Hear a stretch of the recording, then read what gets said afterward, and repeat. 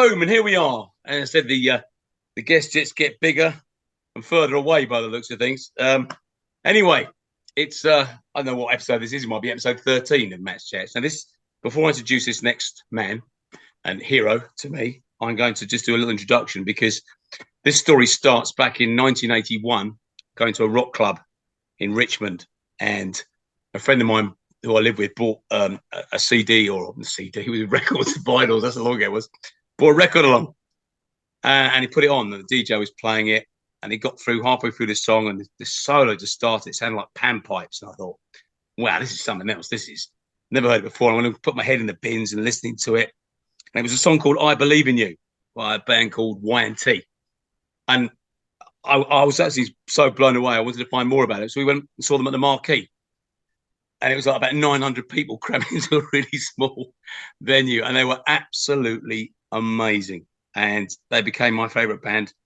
And it is with great pleasure I get to speak to the guitarist who's been with them for over 20 years now, the one only Mr. John Nymann. Good evening. Hello. What an intro. There you go. And yeah, I wish I could have been there at the Marquee and seen the wet walls. They said the walls are sweating. It was so packed and so hot in there. And oh man, I wish I wasn't there then, but I joined in 84 at that time as the background singer and keyboard player and sometimes robot. Yes, you were the robot in Rock We Trust. And but I knew the guys since 74 or before when they, all got together and started a band. I went to high school with Leonard, the drummer. And so he brought Dave to school, and well, everyone knows the story. They've probably heard it, but yeah, I've been around the guys for a long time, and it's really exciting to be in the band that I grew up loving, and all of a sudden I'm now, I was close to him, and when Dave said, "Hey, you want to play guitar in the band?" I go, "Yes." What do I have to do? He goes, "Grow your hair long." Okay, I can do that. I'm the long hair guy. No, it's brilliant. I remember that tour. I remember that. I love that video that you did there, the video in San Francisco. And he walks on, he's Sergeant Rock because he's got balls this big. Is that you? Oh, yeah. That's my wife. That's legendary. But it was so fun. Those bombs they had going off, and the guitar had to shoot rockets out of the end of it. And that was fantastic. My friend built that guitar for me just for that show. It's the only performance it ever had. Oh, that's great. That's like folklore.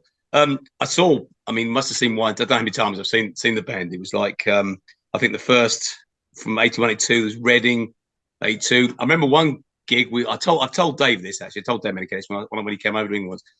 We they were supporting AC/DC at Hammersmith Odeon or Apollo, and we got told to go at the back. We were really thrown out for standing up. And I said, "Hey, we want to see this band." They said, "Well, no one was standing up because no one knew at the time it was their old see to AC/DC. When AC/DC play, same thing happened with Dockham. People just go to see them. But Y&T were just brilliant. So we were at the back and told to stand at the back. So we were still going shouting from the back. It was great. It was good fun. Now I was going to go on to that. So you went to school, Leonard, and Dave a long time. So you were playing music. I read it somewhere that you started. Johnny Winters was a big influence on you. Is that correct? Or you got his guitar?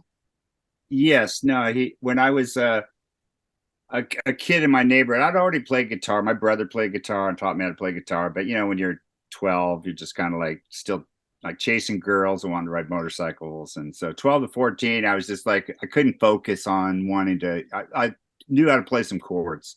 But there was a kid in my neighborhood, a neighbor of mine, who was a few years older than me, and he had a Les Paul, and he was playing Eric Clapton licks. Like, I knew that as later after I learned more about guitar. He's playing all these bluesy licks, and I go, man, that's what I want to learn. I want to learn. It attracted me right away, and he was right there in front of me do it. My brother didn't play like that. So this guy, Roger Clisby, came over to my house, and he brought me Johnny Winter's Progressive Blues Experiment album and The Who Live at Leeds. And he goes, son, I'm going to show you, little brother, I'm going to show you some music you need to know and learn to play about playing guitar. And so Pete Townsend and Johnny Winter was just like, yeah, it was awesome.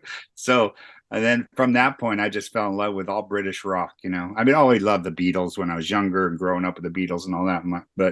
But once I heard the Who, that was what I wanted to do. Rock, just and Johnny Winter, that bluesy Texas blues. Rick Derringer. I love Edgar Winter group with White Trash, the horn section with Rick Derringer, Stevie Ray Vaughan, ZZ Top, all that Texas blues stuff that's great to me. It's a great combination, those two styles. You got like a sort of School of Rock, Jack Black upbringing. We're going to start off with what to listen to, where to do, and listen to that. I was kind of the other way. I grew up with a punk thing, the glam punk, and then I discovered AC/DC. But then during the 80s, I wanted to get as much American rock as I could because they weren't playing it over here. So you get to hear that stuff. I mean, it's always quite funny when you think about things like "Don't Stop Believing" by Journey. It was never a hit at the time. It was a hit later when I think Glee did it or something. Then it became and so on. But it's the way things work. But we were listening to that, and we were very lucky. So you got your first guitar. The first band you were in, around about 73, 74, something like that? Yeah, Mile High. Mile High, yeah. Which was my brother's band that taught me how to play guitar. And then his band up and quit because they got a better offer to join some band that was going on tour. And so my brother was stuck with, he was the leader of the band and he had no band. So he goes, John, you're playing good guitar now. And a couple of your buddies, bring them on over. I need a band. We have a gig. We already had a gig. So here I am, junior in high school, 17 years old, and going off to play with my brother at a enlisted or officers club for the Naval Officers Club. And I was loving it. I said, this is what I want to do the rest of my life. I'm playing guitar on stage, playing for people at 17, making money at high school. Wow. So that was a great start. So that band was called Mile High. And then after we played a few months there, we moved on and the other three of us, my brother he got married and left the band. So it was the three of us and we ended up getting another guitar player and just started writing our own songs and wanted to be like Humble Pie. Just like, we don't want to play copy songs. We want to write British rock songs because we love, all those Americans love British rock. That's just how it is. Funny, that's amazing. I think about that. And then you met Eric Martin.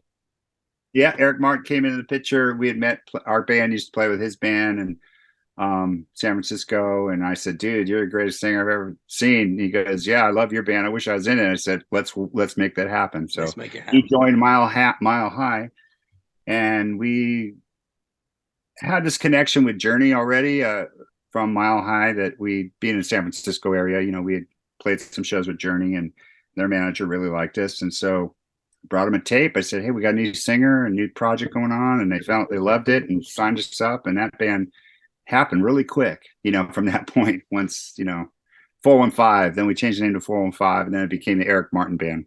And we Sucker for a Pretty Face album on Elektra in 84. Love that. My flatmate used to work for HMV, or it was our price at the time where he worked. And he used to bring home 12, and that was Eric Martin was one we used to have on quite a lot. Used to love that Sucker for a Pretty Face, all that kind of stuff. We loved that. It was really, really, really, really good. So there you are. You're playing along with your own stuff. Yeah, your friends are playing Y&T, playing around the world, and then you're helping out. Back in 84, you start playing the robot. And then sadly with the way the world is, and you never want someone to pass and to go, but you get the opportunity to join Y&T. You get to join a band like that who's already got a history, and you've been part to a small part of it. You join a band like that. What's it like when you first go on stage with a band that's been there for you, that you've seen, that you've been part of, and suddenly you're part of it, literally playing guitar up front? You still there? Well, the easiest part is that I knew the band so well and had been around all the guys, and we were good friends. And so, of course, I feel like part of the family right away. I just have to be that new guy on stage that the rest of the people in the audience are going, I know those three guys, but I don't know that guy. So, they're having to prove yourself. And basically, being Dave's the main lead guitar, that I'm just playing rhythm. So it was easy for me to lay back and just be Malcolm. You know, I don't have to be Angus. I'm just Malcolm, just rocking back there. People who know what Malcolm does. Don't worry. Right. I know, but you know what I mean? I mean, everyone's looking at Dave, and so I wasn't so concerned with filling big shoes. I mean, I knew I could do the job, but you know, it took a while to grow into it and feel comfortable. And I remember making the same mistake over and over. We were on tour with Whitesnake and Gary Moore on Monsters of Rock. It's called Monsters of Rock anyway. Yeah.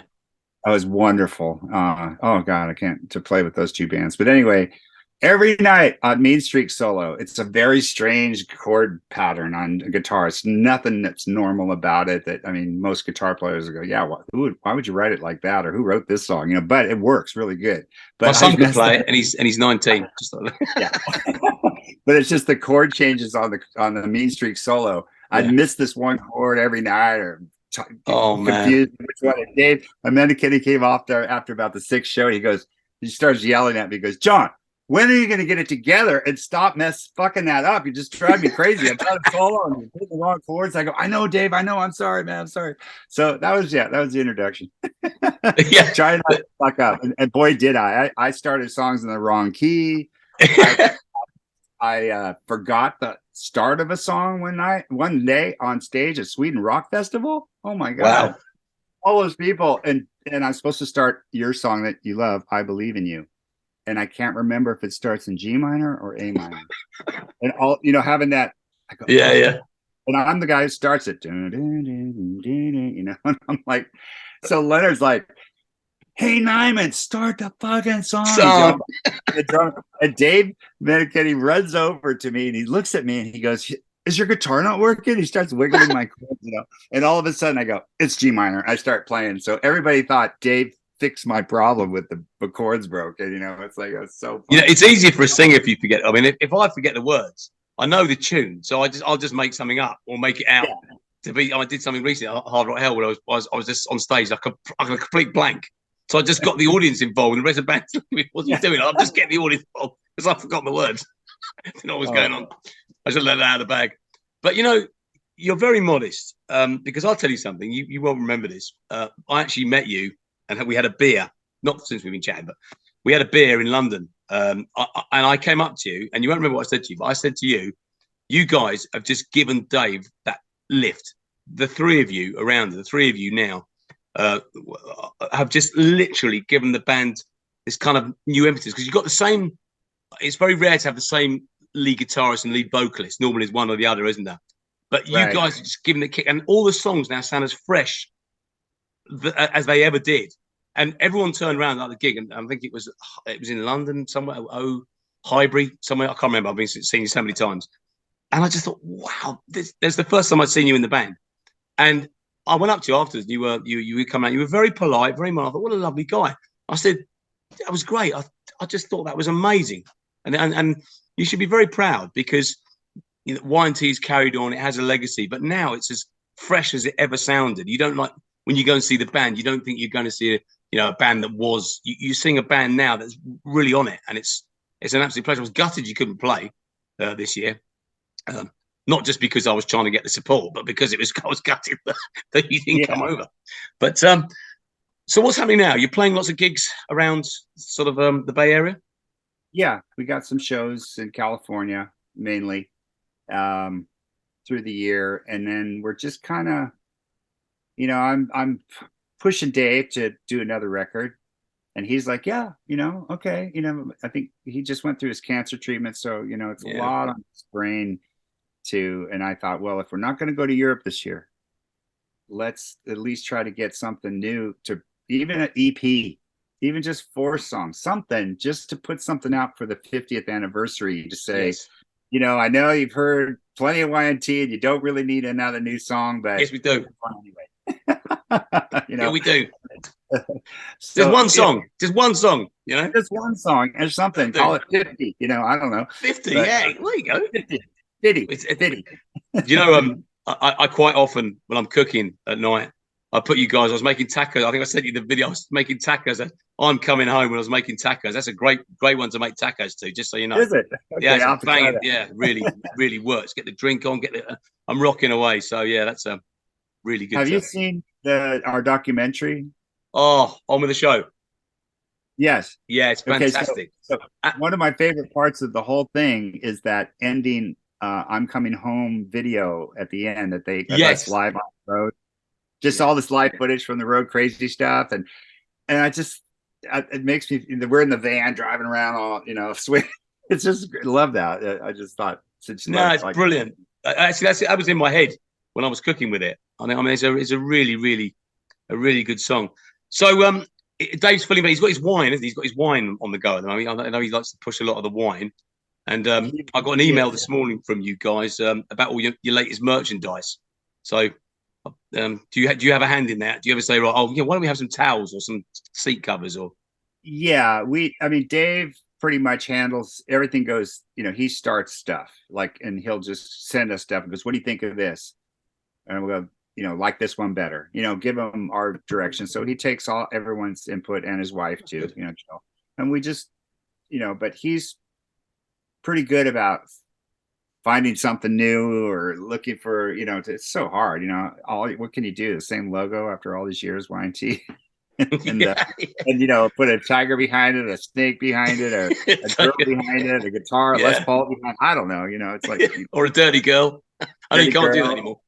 Yeah, I know. Well, I told you, John, just for you, I wore my Y&T, my Black Tiger T-shirt tonight. That's the classic there. Yeah, and it's an original as well. It's been around. Oh, it is. Oh, okay. Yeah. Wow, that's cool. A few originals. I used to have a jacket with "I Believe in You Forever" tattooed on the back of it. Really? Wow. And he used to wander around with that, and girls used to read it and go, "Oh, I believe in you forever." That's so lovely. I said, it's 2 songs from a band. Yeah. Who are they? Y&T. Who? They're called Y&T. In England, that was just. I know. Everywhere when we meet somebody new and they go, "So what does Y&T stand for? It must be something like," and we're like, "Yesterday and Today." It's like, oh, really? Yeah. Named after a Beatles album in America called "Yesterday and Today." You guys didn't have that one. You had Revolver and what was those songs from Anya Burke Sing? That was Revolver. But we had Anya Burke Sing was on Yesterday and Today album, the one with the butcher cover with the babies that they covered up. Yeah. So you guys didn't get that in England, right? We didn't know. We got the first Revolver? thing after. I mean, the first I'd heard of was Y&T, and I heard the story. I heard Dave talking radio apparently that they were waiting for a contract for ages for a contract to come through, and then one gig the crowd weren't shouting yet; they were shouting Y&T, Y&T. I thought, well, we might as well just shorten it. Yep, that's how it came about. It was like they were Yesterday and Today for those first 2 albums, just by not meant to be their name. It's just something that came out of Leonard's mouth when they needed a gig, and they go, "What's the name of the band?" He goes, Yesterday and Today." And the guy's like, "Okay, cool. All right, Leonard, we'll sign you. We'll see you next weekend." And then, of course, you've heard the story on the documentary. It's like Dave's like, "What? Why'd you tell him that?" He goes, "I don't know. We didn't have a name yet. I was going to get the gig. So is that crazy?" Just throw something out. I had this conversation with, I'm trying to think, it wasn't what someone, I've done some of these interviews now. I forget the one that somebody told me that, that it what's in the name. I mean, like the Beatles is not the greatest name in the world, is it? I mean, after a while, it just becomes something that you associate. Word association game, Y&T. What do you think of? Immediately all these songs all sort of come into my head. And it's kind of my teenage years and my, don't want to lose you. In fact, one of the gigs you came over and it was quite funny was that 3 of us all shouting, "Sing Don't Want to Lose You." When you weren't playing it that night. But it's been in the set ever since, I've noticed, when you come back. So I reckon Dave must have heard us. It gets thrown in there, and it's the song. Like if something goes wrong on stage, like with the drums and or the bass goes out, Dave most of the time will just go, "Okay, I'm going to do a little something by myself," and he'll do "Don't Want to Lose You." And then he gets the crowd singing with him. Don't want to. And then if we're feeling like it, we'll come up and sing, and while the drummer's getting the stuff together, whatever, drum pedal or snare drum broke or, that kind of thing. So he'll sing "Don't Want to Lose" a lot of times as that backup song for the downtown. So it's a special song. My girlfriend broke up to me to that song, so I always remember it. Oh. Yeah, and I used to sing it for nights and nights in my bedroom, making a right fool of myself. I want to lose But yeah, I've got over it now. I've conquered the song now, so I'm okay now. I'm all right with it. But that particular night, it was me, my drummer, French Dave, and Con, who's a massive fan of you guys. And we were all shouting out, sing, don't. And you didn't play it that night. It was just very funny. And then every time we've seen you since, it comes in the set. We presume Dave said, why do they keep shouting for that song? So what's the latest? Are you coming over to Europe later in the year? I'm sorry, what's that? Are you coming to Europe? Are you coming to England? Are you coming to see us? Yeah, but not till next year is the 50th anniversary of the band. So we decided that since Dave, everything he went through leading up to now, and he's getting back on his feet, and we're playing gigs, and he's okay. But because he watches this stuff, and he just says the economy, the pound against the dollar, and all this reflects on us and how much money we make. Because we're not Bon Jovi. We don't make big money. And you're in a club band. You play and you make. We do okay, but you know how much it costs to tour 7 guys, 8 guys on planes and trains and automobiles and hotels, and it gets expensive. So you can crash at mine. You'll come and come and crash at my place. Yeah, I'll put you up. So it just. And we always say, everyone loves us. We have no problem with. We always have good attendance. The promoters we work with, they love us, and we just tell them just charge £5 more. Oh no one will come. I go, believe me. For Y&T, a historical band that's 50 years old with Dave Meniketti at the top of his game, like you say, he sounds as good as ever. They would say, oh no, that's £35 or 25, whatever that they charge for us. I mean, just charge a little more so we can make it worth our while, because it's really hard, and it's inflation. So well, listen, guys, everyone watching this video, when Y&T come over the 50th anniversary, we're paying £5 more. We'll take a bucket round. I just hand it up on stage, because that would help. Maybe we should do that, because the promoters think that no one's going to show up. I'm like, you guys we'll show up. Everyone's going to show up. Everyone loves you. We love you in the UK. And whenever you go anywhere now, the people who know, they'll call for Y&T. The T-shirts are still out there, and people have a massive affection for the band. And you're a lovely guy, John. I know I've chatted to you a few times on here, but you've also got a solo album out, guys. He's got a solo album called Made in America, and it is fantastic. Very different to Y&T. But tell us a little bit about that. Tell us a bit about your solo album. Well, you know what? I just happen to have one sitting right next to me. Really? Wow. Yeah. I did, because I brought him with me down where I'm out of town, so I brought some extras I'm just trying to get it open because it's too shiny with the cellophane on it. There you go. That's how new it is. It's a new album. It's still in its cellophane. Oh, the cellophane. You know what happens? You never get those things open, Not the old days with the old vinyl. You just, open the sleeve, out it would come, I think it's just because they think that we're going to steal something. Probably. So it's really hard to get into. All right, ready? Honestly, I didn't make this up, ladies and gentlemen. This really is. Here we go. This is live. Hey, here we go. Made in America. Can you see it? Made in America, John Nymann. That's his album. Okay. Look at that. Front cover. It's great. Crazy artwork. And then there's some guest appearances on there. There is guest appearances. We got Dave Meniketti from Y&T. We got Mike Vanderhill from Y&T. Wow. We got Aaron Lee from Y&T. Wow. We have Eric Martin, my old buddy, singing harmony with me on at least 5 of the songs. We have Eddie Money. You got the late Eddie Money. Eddie Money. That song is a song I recorded in Fantasy Studios, if you're familiar with that place in Berkeley, where Journey's Escape album was recorded and Y&T's albums were recorded. When I was in Y&T, a friend of ours had got hit by a car and passed away, and I sang at his funeral, and I wrote a song called Fly Angel Fly, and he was well known in the music community, so a lot of people were there, famous Bay Area, San Francisco Bay Area. So after the funeral, people came up and said, God, what a beautiful song. We should do something with it. And this was the 80s, right after the We Are the World type stuff and all that. And they go, we should do a song with all of us and do your song and put it out to promote. He was a rock and roll photographer, so we're going to help put out a book for him of all his photos. So anyway, long story is that when that happened, we went in, we recorded my song, and one day and mixed it the next day, and it played on the radio station one day, and that was it. And so it's been sitting in my closet since 1988. Wow. And so all these friends that showed up were, let me put my glasses on because there's so many. You're gonna I love this. This song wasn't even going to be on here because it was an old track and it was done on tape. It's a great song. It's a very moving. I pointed that to you. You want to talk about Blind to Fly? So anyway, it's got Leonard Hayes on drums, Phil Kennemore on bass, original Y&T guys, classic Y&T. We got Jimmy Lyon, the lead guitar player for Eddie Money, that played on Baby Hold On and Two Tickets to Paradise and all that. Brad Gillis, the lead guitar player who plays in Night Ranger.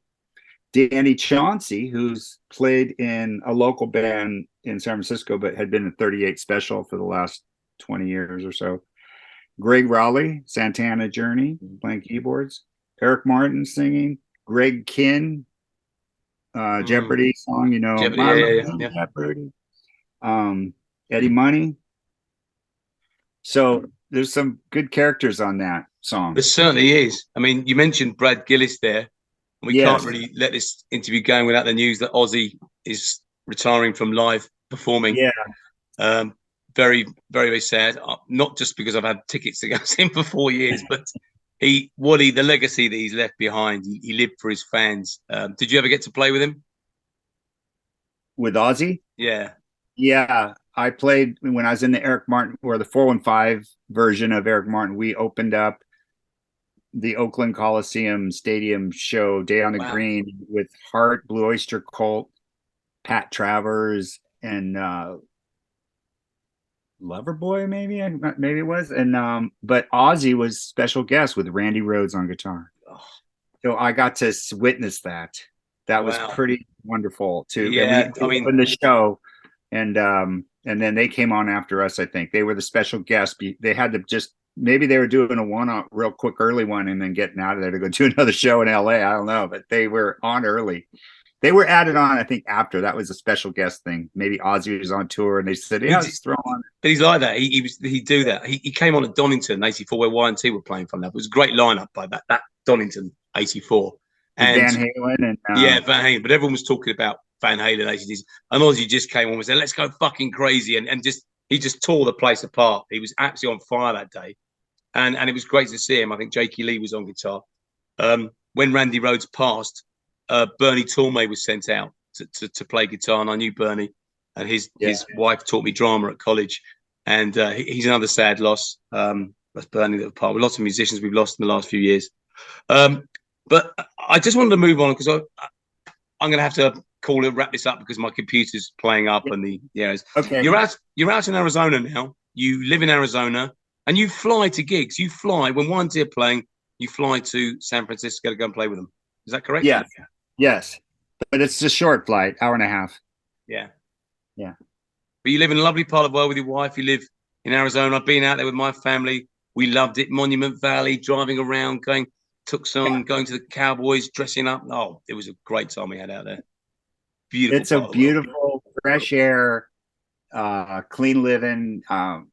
You feel like you're in a movie sometimes, just walking around. And like, I can't believe this. Look at those mountains, and so it's really where I'm at right now. I'm near Tucson at 4,000 foot elevation up in the mountains, and the Mexico's just right over the mountain. Wow, yeah, we drove through there. We drove there. We visited. There was a film studio. We couldn't get it. It was closed the day that we went, which was a shame. But I'm due to come back next year, or maybe later in the year. So if we do, I'll give you a shout. We'll pop in and see you. Other than that, when you come to the UK next year, it's a date. Whatever happens, we're having a drink, and we'll sort that out. But John, seriously, best of luck with that album. Best of luck with Y&T. Give my regards to Dave and to Jill and the rest of the band, to Mike and Aaron. You're a fantastic band. It's been an absolute honor to talk to you tonight. Thank you for spending it. It's afternoon where you are, obviously. Please stay in touch, okay? All right, Matt. I'll see you on Facebook. Yeah. That's where I am. It's a wild time there. I love I gotta say, I just love all your poems. They're Really? wonderful. It's just That's, so wonderful. I can't wait to when the next one. I go, oh look, oh, what's it got to yeah. say? Well, there's one coming tomorrow. Oh, good. They're all good. Some are bits. I mean, I'm just like, wow, you could just write songs and for days. Ah, we all Anyway, have our little crosses to bear and our little talents, don't we? Anyway, yeah. you have All a right. great rest of your day. I'm gonna Thank go and you. pick my son up from the pub now. That's what I do. Ah, cheers. Okay, Claire, John. Bye bye.